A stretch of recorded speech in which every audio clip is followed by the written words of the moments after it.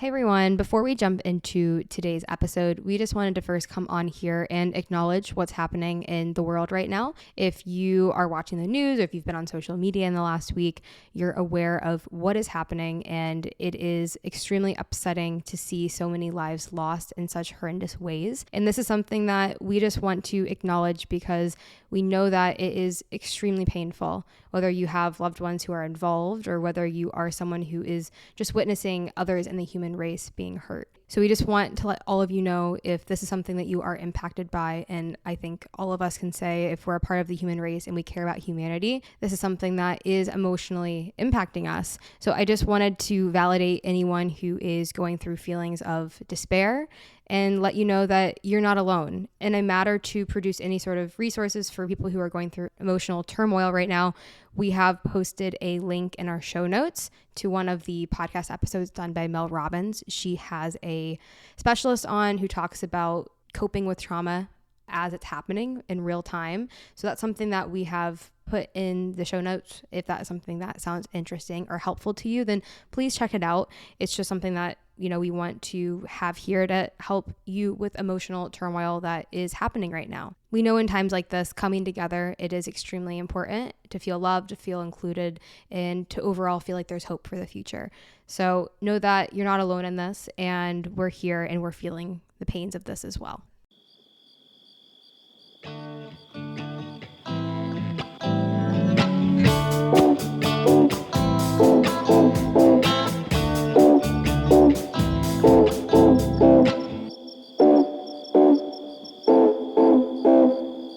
Hey everyone, welcome back to our new community series. This is our very second episode that we are answering your questions here live on this episode, going in depth, sharing any insights we may have on what you're currently handling in your life, or depending on what insights you may be grappling with right now. So we love this series. We love hearing from you. We love connecting with you. That's what this podcast is all about. And we feel like this series just gives us another layer of getting deeper with all of you. And we love it. So please don't ever hesitate to reach out with any questions, any insights that you want us to grapple with here live. So you can always email us at info@livelifeunpotted.com. And we love hearing from you. So continue to reach out to us. Excited to be here, excited for this second community series. It is really, really amazing to receive these questions, to talk through them, to be involved with the community and to hear from all of you. So let's get into it. Daisy, do you want to go ahead and read this email we got in? Yes, and this is from one of our listeners. She wrote us in. Gonna keep it anonymous, and I'll go ahead and read it all to you. Hello, Life Unpotted. I want to be completely honest with you. I've listened to the first part of your podcast, I'm Ready to Make a Change, 5 times before mustering the courage to write this email. Over the past 3 years, I've been reflecting on my life and the path that led me to where I am today. When I discovered your podcast, it felt like finding 2 best friends who I can relate to on so many levels. Growing up, I've always been a people pleaser. And while I'm still working on it, I pursued chemical engineering in university and landed my first job in the automotive industry. It turned out to be the loneliest, most discouraging, and hurtful period of my life so far. However, I am grateful for the experience because it prompted me to ask important questions like, why am I doing this? And how am I expected to do this for 40 plus years? It also led me to question whether it's even worth starting anew. If I'm just going to feel the same way, I felt quite helpless. In 2021, after 2.5 years, I finally found the courage to leave, and life has been much more enjoyable since. Nevertheless, the questioning has not stopped. As I mentioned earlier, I'm a people pleaser, so I would greatly appreciate any tips you have on how to care less, or not at all, about what others think of me. My main concern, though, is understanding if my thoughts and opinions truly belong to me. I often notice individuals who hold very strong views on certain topics, whereas I tend to see both sides of the argument. When I do express an opinion, which is rare, I'm likely to back down if challenged, and I'm not sure why. Confidence may be a factor, but I also want to avoid coming across as a know-it-all, which brings me back to the people-pleasing question of, why should I care about what they think? As you can see, I'm somewhat stuck in my self-exploration, and I would greatly appreciate your perspectives. I absolutely love your show, and I'm eagerly looking forward to the first Thursday episode. Thank you both for your incredible work that you do. Wow, there is a lot there. First and foremost, thank you so much to the listener. You mentioned it took you a long time to even get to the point to write us in. And I can understand that it's hard to formulate these thoughts and emotions that you're experiencing into an email and send it to us. I can imagine that that's something that's scary and uncomfortable to do. So it's amazing that you did, because I think this is a question that a lot of people will resonate. I think hearing your journey of questioning your career and then questioning your thoughts and your role in this world, and trying to kind of understand, why are you people pleasing? What does it mean to people pleasing? Why do you not feel comfortable just expressing your own opinions? And kind of the question of, how do I know if these thoughts are my own? And I think this is a very interesting topic, and we're probably gonna get really deep into this one. So I think a good way probably to get started is maybe for me to share, and Daisy can share our own experiences with this topic, specifically people pleasing, right? Looking back and reflecting on my early 20s and my mid 20s, I feel like I was somebody in social situations, whether that was at work, whether that was with friends or meeting new people, where I always kind of felt small. I always kind of felt like I was just taking a passenger seat or a back seat and observing what was happening in groups without really playing a vital role in expressing my opinion or being involved. And I spent a lot of time being caught up in my head during these times where I'd be thinking and hearing people talk about things and being like, wow, they sound so smart, or they sound like they know what they're saying, and they sound like this and that. And I think it really got to me at certain times, because I would then look to myself and be like, why don't you know what to say here? And I was reflecting on this the other day, and I think I kind of realized, like, I was always living in a very anxious state where I was constantly really fixated on analyzing what other people were saying and then trying to figure out what I would then say in response to that. So every time I was interacting with people, I was never actually there. I was never actually present. Where was I? Well, I was caught up in my head.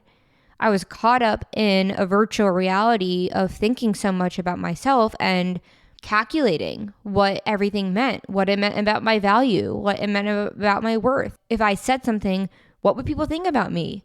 Safe to say, I was walking on eggshells for a lot of my life because I was always so anxious. And the past few years, I have really, really become aware of this. And to sum it up, I think what I was really struggling with, and I think maybe this listener can relate to this, it sounds like I think she can, is knowing myself, knowing my value, knowing that my voice mattered, knowing that I didn't have to conform to what everyone in the group was saying, knowing that it didn't matter if I said one thing and then people gave me a bad look. And above all, knowing that I could just let go, that I didn't have to feel so anxious every time I was in a situation, worrying that my value and my worth would be depleted if I didn't get the validation that I needed from other people. So I think, to the listener, from my experience of going through becoming aware of my tendencies to constantly want to appease other people, my tendency to want to change the way I'm talking, to change what I'm saying, even to the point of coming to terms with my sexuality, where I would lie about going on dates with certain people because I felt so scared to say the truth. Oh, I actually do think I'm interested in women. Trying so hard to fit into society when all the while my true self was just dimming away. My light was dimming away. And you might hear the word people pleasing and you might think, oh, you're being kind, you're doing this. But I think when we're people pleasing, we're neglecting our true selves. When we're trying so hard to appease others, we're forgetting, how about how we feel? How about what we feel deep down? What is it that we really want to express? What is it that we really want to say? So I think that's kind of how I'll start this off, because I think that ultimately, in order to get comfortable with expressing ourselves, and not only expressing ourselves, but learning and understanding what we really feel, it's a matter of really confronting the reasons why we think our thoughts don't matter, or confronting all of those emotions that arise and all that discomfort. So yeah, I think that's just kind of where I want to start off with this.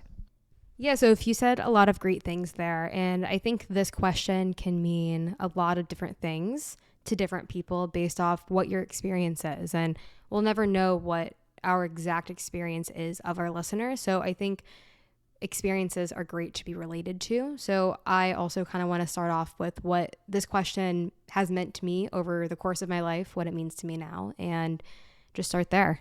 When I first hear this question, it makes me think of how for the majority of my life, I've entirely felt like I had nothing of importance to say.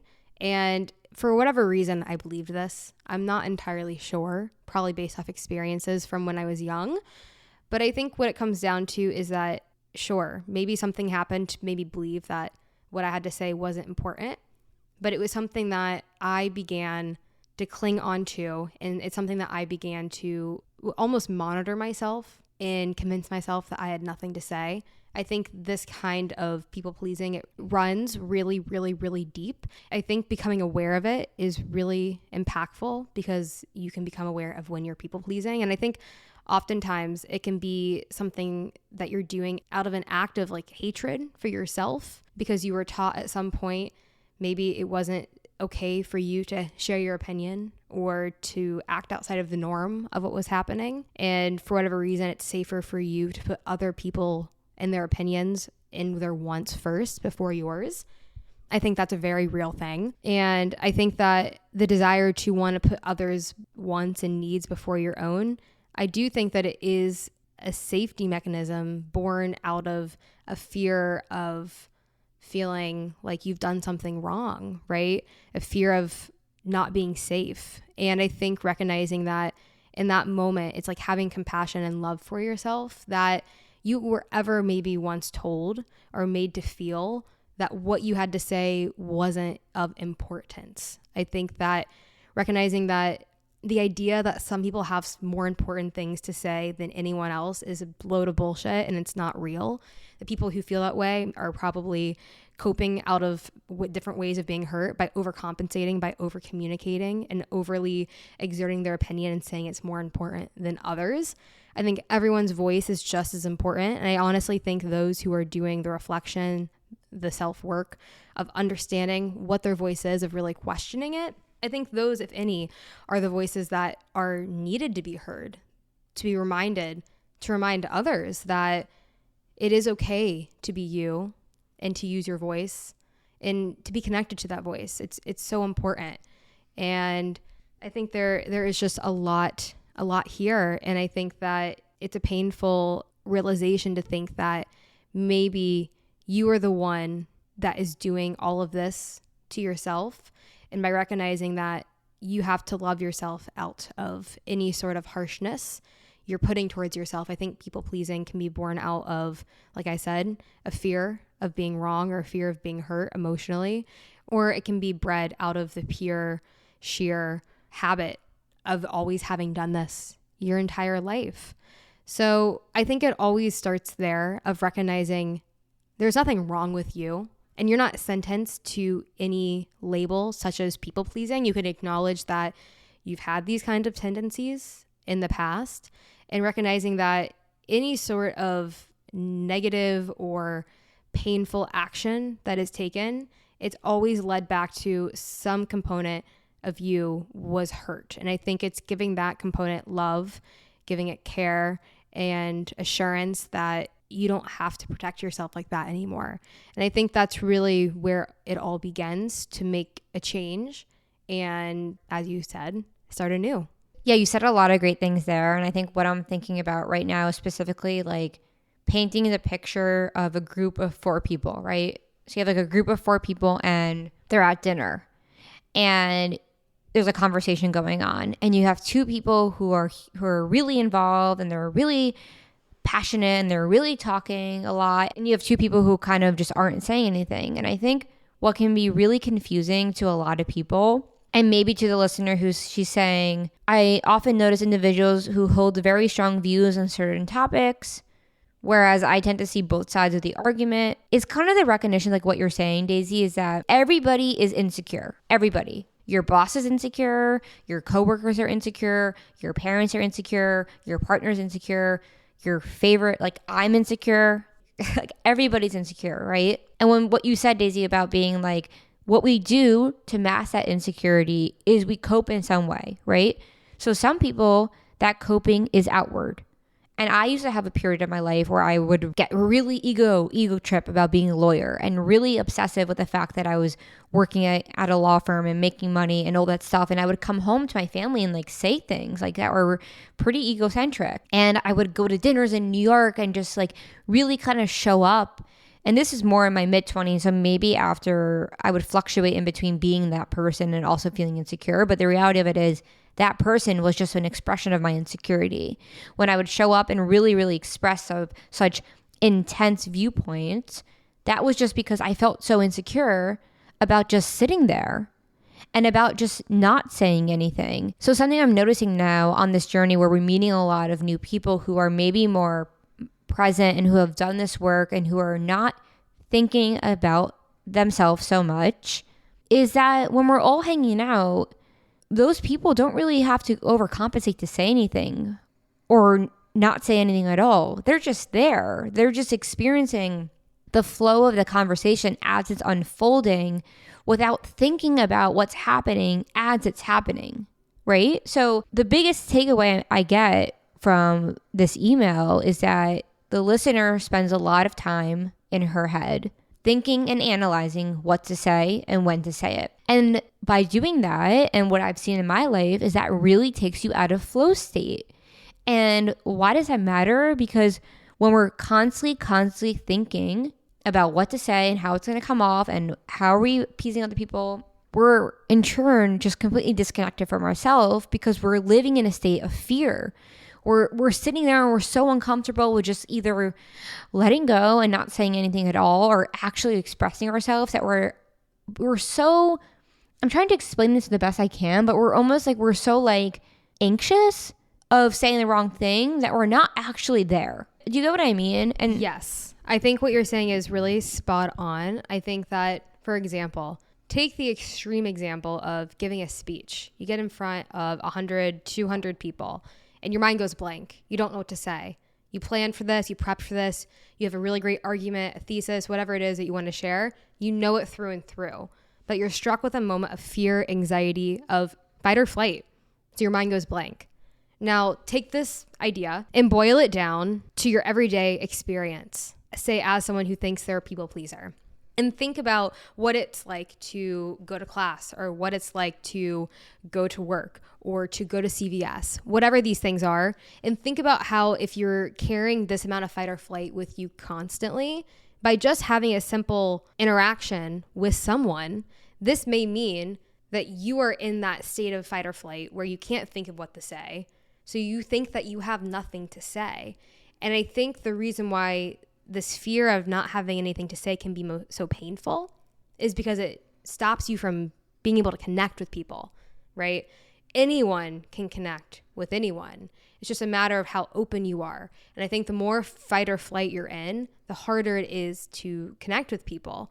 And I can totally relate to this because I felt like most of my life, I was someone who I didn't know what to say. I thought I had nothing to say, but I was just overly thinking, what do I have to say? What do I have to say? So there was quite literally no space or no room for me to have natural thoughts because I was so anxious about not having thoughts. So can you see how there's no space there to have typical thoughts? You have to feel safe in order to have those thoughts. And that's what brought me back to my initial thing I said about people pleasing. Is it probably links something to your past of where you didn't feel comfortable for whatever reason or safe. You didn't feel safe for whatever reason to express yourself freely. And I think it runs really, really deep. But I think, again, just becoming aware of that and catching yourself, that is the work right there of unlearning how to be a people pleaser, because no one has a life sentence to be a people pleaser. You can drop that title today and you can actively work to become more aware of why you're doing what you're doing. There's always a load of things behind a title like that. Two things I want to say. I really, really liked what you were saying about like you become so anxious about not having thoughts that you have no space to actually connect with that natural flow of thoughts. Because it's like when I'm reflecting on this email again, I'm reflecting on what she's going through. It really just makes me think like she's really caught up with just thinking about all of this way too much. Whether she's interacting with people or whatever role she's in, she's caught up in her mind. And I don't say that in any bad way at all. I say that it's like we all go through this so much, but it's a recognition that like if you continue to feed the thoughts that you are a people pleaser, if you continue to identify with thinking you are a people pleaser, you will continue to be a people pleaser. There's nothing that's holding you back from deciding right now that you are no longer a people pleaser. So what does it mean to flip that? It means I let go. I trust that what I have to say will come out when I'm not trying to force it. I no longer try to force things to happen, or I no longer try to interact out of fear and anxiety. I'm not nervous about what's going to unfold, because no matter what unfolds, it doesn't change my worth. It doesn't change my value. So I think a large part in her question was, how do I stop caring so much about what other people think about me? Is the recognition that, number one, everybody's in their own head. Everybody you interact with is in their own head. Literally, on a scientific level, like we experience this world through our minds. So everybody you interact with is just looking at you, but in reality, they're just caught up in their own mind, their own thoughts, right? So if you have that group of 4 people, you might view that as, oh, they all have their shit together. They know what they're talking about, but they're sitting there in their bodies, in their mind, and they're like, oh my God, I feel so insecure. I don't know what I'm saying, blah, blah, blah, blah. Like the constant mind chatter that we all have.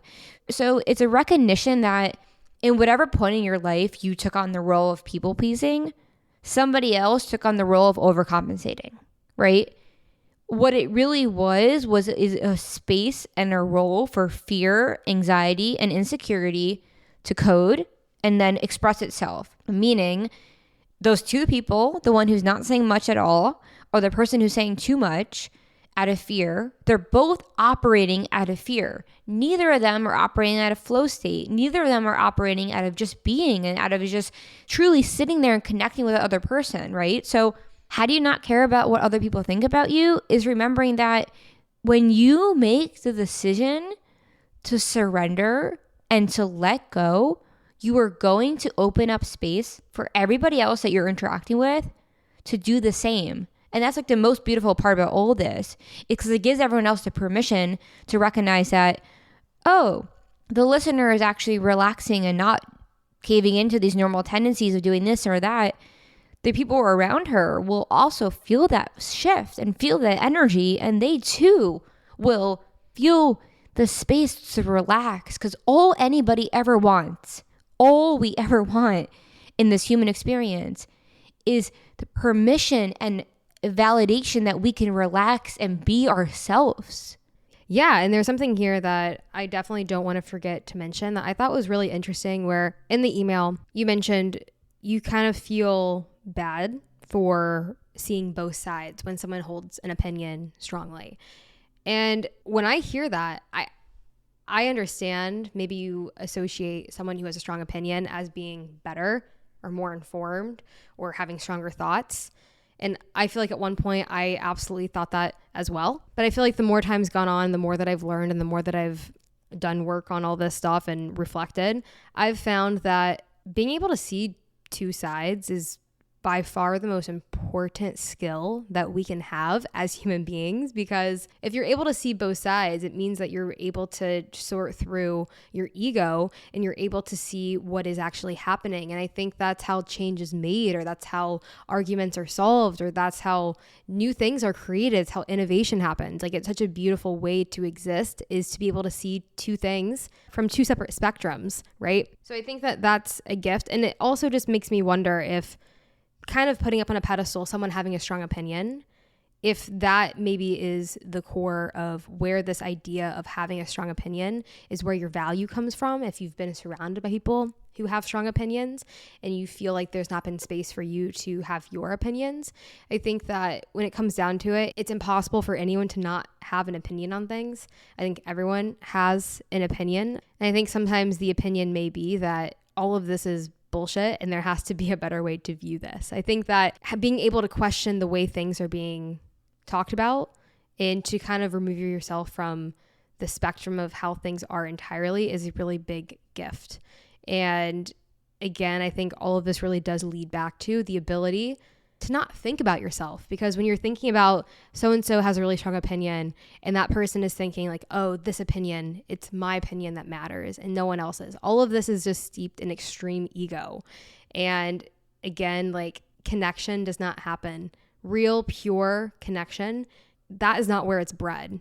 It's not bred from these extreme egos of thinking of, I have this strong opinion, to thinking I have no opinion. I think it's meeting in the middle and realizing, sure, we all might have opinions, but does that even matter? Isn't there something greater than that? Well, it's like I'm thinking, okay, what is the root of people pleasing? What is the fear there? And I think the fear probably is what we all have, is that people won't like you. Okay, what's that fear? Okay, people are going to abandon you. People won't want to talk to you. So I think it's a question of really identifying, what are you scared of? Like, what are you scared of happening if you just let go, if you just relax and you let your thoughts come up naturally? Because what I'm taking away from this entire conversation is that we tend to forget that, like, there's something larger at play always. We are on this earth. We are breathing. We tend to forget that there's something larger at play happening at all times, right? We are on this earth. We are born out of some miracle. We're existing here, and our time here is not forever. We will die one day. And we lose sight of this magic that's all around us when we spend so much time caught up in such minute, small things, like worrying about what we're saying to other people and worrying about what other people are saying to us. And I think the reason for that is because we don't have a true understanding of our value. We don't have a true understanding to know that we are whole and complete. The listener who wrote this question, you are whole and complete, no matter what anyone says, no matter what anyone thinks about you, no matter if you say the quote unquote wrong thing, your value is unwavering. So how do you feel more comfortable expressing yourself, or how do you feel more comfortable not expressing anything at all? Is knowing the recognition that everything that happens in life is just background noise. It's just happening, right? It's just happening in this life. It's just unfolding. But what is there and what truly matters is the recognition that you are whole at all times. You are complete at all times. So because of that, it doesn't have to be so freaking serious. It doesn't have to be such a make or break that if you say something, if you don't say something, that your interactions with people are going to determine this in your life. And it's just like, no, none of that.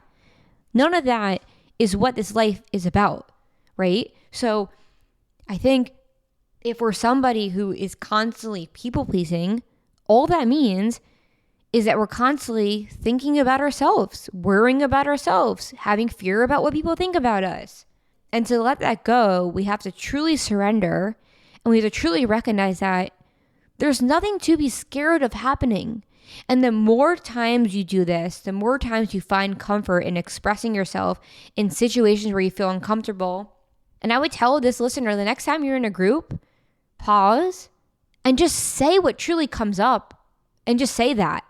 I think ultimately it comes down to the question that was her main point of focus of, why should I care what other people think of me? And I think what comes up for me, and what is the most important thing really in this answer, is that all of us wear masks. People wear masks. Someone may act differently at home than they do at work, or they do with their friends, right? We all wear different masks. And I think when you realize that if everyone's mask was just removed, there would be nothing left for us other than to just be with each other and to literally come back and just be one united entity, because we are all connected. But our masks that we all wear at all times, of how we identify, of who we are, of where we're from, of how much money we have, of what family we're from, of all of these different things, they all separate us. And they're all an illusion. It's all an illusion. And I think as soon as you're able to begin to see this illusion of division that is brought up through this idea of people wearing masks, the more you're going to get comfortable with not giving a shit what other people think, because there is no difference between you and another person, right?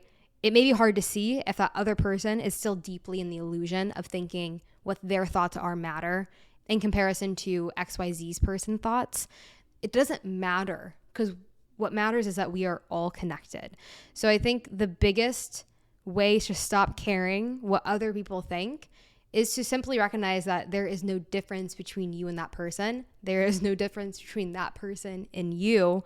And the more power you will have with other people, if you just show up being yourself, not caring what they're going to think about you, because that's going to give them the power and the freedom to do the exact same thing. And it's always going to lead to more authentic, to more deep, to more beautiful connections. And that's what we all want. We just don't know how to get it. So I think if you can lead by showing up and recognizing that you are no different than anyone else, there's nothing separating you, the more you're going to be able to authentically connect and not worry about pleasing other people. That'll be the least of your worries in that instance. I would recommend to this listener to, if she doesn't, to meditate, to try to do things and take time to cultivate a level of stillness where she can really connect with herself and connect with, she says, how do I know what thoughts are my own? That's a question that I think we all go through life as we get older, of recognizing all the thoughts and the ways we interact with the world in a way we've been living on autopilot, and then asking, wait, which of these thoughts are me? Which of these thoughts are what I actually identify with, or I actually want to believe? And validating the listener that this is a hard journey. It's a difficult, painful journey because you are questioning all your beliefs, and you're doing that. This listener, you are doing that. You are clearly questioning this tendency to label yourself as a people pleaser in the way that you interact, and you're feeling these feelings and realizing, I don't want to, something about this doesn't feel right anymore. Because I think when we start questioning things is the beginning of a beautiful journey of getting to know who we really are. Because in order to understand who we truly are, we have to understand what we're not. And you're not a people pleaser, because that's just another identity and another role that you have continued to believe. So I think it's about making the recognition that you are not that. Stop defining yourself as that. Stop calling yourself that. Start detaching from that label. You are so much more than that. That might have been your ways that you have spent your life approaching situations, but it doesn't have to be how you act anymore. And I think recognizing that you and who you are is so much greater than any self-imposed identity you put on yourself that is a collection of past experiences that you've had. So I think what it comes down to is that it is a matter of where your thoughts are at. And I think recognizing that you are so much greater, your powers are not based off of your past experiences. They're based off of letting go of all of that, letting go of this idea that you think you are, and realizing that your potential is greater than you could have ever thought possible. And I think that only gets larger as you are able to let go of this past idea you have of who you think you are, because you are never just what you think you are. You're so much greater than that. And that is to be said about every single person. And we've said this many times before in episodes. And oftentimes it can feel too good to be true, but it's not, because it takes a lot of work to be able to recognize that you are much greater than all of this. It takes a lot of acceptance, a lot of pain to recognize that you weren't what you thought you were, because there is comfort in thinking you are a people pleaser, because there's certainty in that. And I think letting go of all of that certainty, it's scary, but it's also freeing, because you can be whatever you want to be. So to this listener, I hope that this episode has been insightful, it's been validating, and most importantly, that it's been empowering, because you do have all of the power within yourself to make any sort of change that you want. And it can start right now, because the change has already been made. You've already written in this question, and you're already concerned with making a difference in yourself. And that'll always lead to making a difference you have in others' lives. And I think that's the beauty of it. And that's why we have this podcast, because it's a domino effect. You have an experience and you get to show up differently with other people because of that experience. And so it goes on. So we really always appreciate your questions. We appreciate this question. And it's been really reflective to think about this kind of question. So we appreciate you, and we appreciate your time. Yeah. And I think just to close out, I think I would say take time for yourself. Take time to get to know yourself. Take time to understand who you really are. And this is a lifelong journey of kind of, I think, coming back to ourselves, coming back to who we really are after years of losing ourselves through society, through school, through life. And how do you do that? Sit with yourself. Give yourself time to just sit in the stillness without distractions, to write down. Maybe you challenge yourself. I'm going to write on 3 pages of my journal, why do I think I'm a people pleaser, and how can I let go of this idea? Give yourself the time and the space to connect with yourself, because ultimately this isn't a matter of taking classes, or this isn't a matter of going and figuring out, how do I change? It's a matter of recognizing that you are already whole and complete as you are. So it's a journey within, right? It's a journey towards ourselves. And that's a process that goes against everything we've been taught. That's a process that doesn't require productivity. It doesn't require hard work. It requires stillness. It requires really, really allowing yourself to sit through the anxiety and the fear of just being. Because once you pierce through that veil, you will unlock a new level of tapping into a sense of flow. And again, I'll bring up meditation. I think as an entryway tool, meditation is a really, really, really great way to just learn how to sit. Because when we're just sitting in that stillness, you will learn what it means to just be with yourself on such a natural level that you will start to feel it in your body of who you really are. Because ultimately, the answer that you are looking for isn't one of words. It isn't just another concept. It isn't just another idea. It's a feeling state that when you're sitting there in these moments where you're just meditating, or you're in a state of letting go and you're full of warm love, where you just feel so connected to the world and to the universe, kind of like a feeling we felt as kids. It is in those moments where we know that we're okay, and that we always will be okay, and that we don't have to prove ourselves to anyone. And that life is not meant to be lived as a competition or as a way to shine and be better and have more opinions than other people. This life is just meant to be lived to enjoy what's happening. And I just think that the more that we can just practice relaxing, the more that we can get closer to who we really are. Because I think that's where the answer comes ultimately. So hope this helps. I agree. And again, we really appreciate you writing in this question. Thank you so much. It's been honestly great to talk about. I hope this helps other listeners. It's definitely softened me, for sure. Absolutely. And I feel honored to be able to talk on questions that people have and people finding it helpful. So I feel very lucky to get to do this, and again, honored. And it's such a connective fabric to be able to hear from someone and what's going on in their life, and to expand it to kind of ping pong something back to think about. I think it's really beautiful, and that's why we enjoy doing this series so much. So help us keep it going. Write in your questions to us. Send us your insights. Send us anything at all. We want to hear from you. And so do our listeners. They love this series. We've heard it from multiple people already. So your voice matters to the gal who wrote in this question, as well as the person who's listening to this. Your voice matters, and we want to help share it with everyone else. So we appreciate it.